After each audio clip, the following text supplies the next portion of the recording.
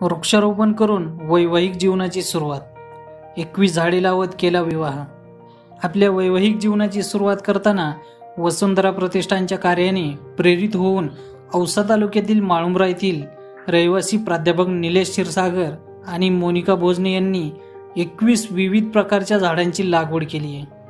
झाडे लावा झाडे जगवा हा संदेश देणाऱ्या अनोख्या विवाहाचे सर्वत्र कौतुक होताना दिसतंय. या नवदाम्पत्याने स्वतः श्रमदान करून खड्डे केले.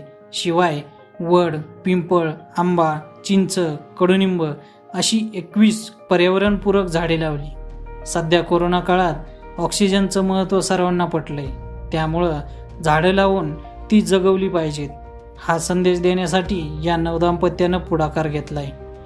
केवळ वृक्षारोपण करून हे नवदाम्पत्य थांबणार नसून दोघे मिळून ही लावलेली झाडं जगवणार असल्याचा निर्धार देखील त्यांनी केलाय. प्रत्येक पाहुण्यांना एक रोप भेट देऊन झाड जगवण्याचं आवाहन देखील त्यांनी केलंय.